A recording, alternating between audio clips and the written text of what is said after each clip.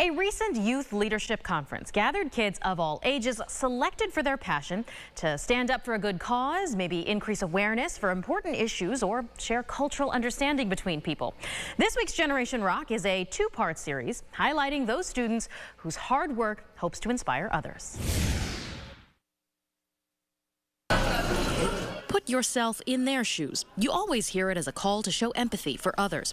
A group of 7th graders at the East Rochester Union Free School District stepped into the shoes of the colonized and enslaved to make sure history isn't glossed over. Pocahontas was kind of like my anti-inspiration. I remember in Pocahontas they didn't mention the influenza or even more of like the racism that was going on. The violence ended immediately when John turned against Pocahontas, and I thought none of that was really realistic, and if anything that would be what's happening when you're not looking like too deep into it. These teens were hand-selected to participate in the LYLAC conference, which stands for Launching Youth Leaders Action Conference. It showcases student advocacy projects. The ER freshman history students each wrote their own story, imagining what a person might have really gone through during America's early founding. My story is about a girl named Adama Dean, and she is from Sierra Leone, Africa, and she goes out in the night and gets captured by slavers and gets sent on a boat to America.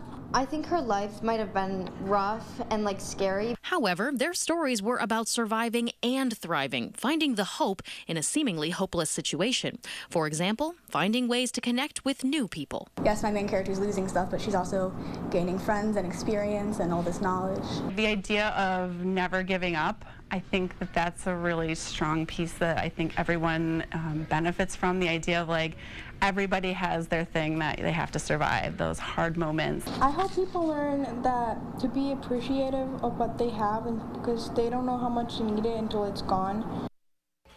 Yeah, great to see these kids being creative and so sweet and empathetic. It was wonderful to meet them. Now, part 2 airs at this same time tomorrow, Friday, featuring those students from the West Irondequoit School District there, also selected for the LYLAC Conference. Tune in again right here on News 8 at sunrise. And if you know a young person with an interesting story to tell, maybe making a difference in our community, we love to highlight them and share their stories here on News 8. So send us those emails, news8sunrise@WROCTV.com.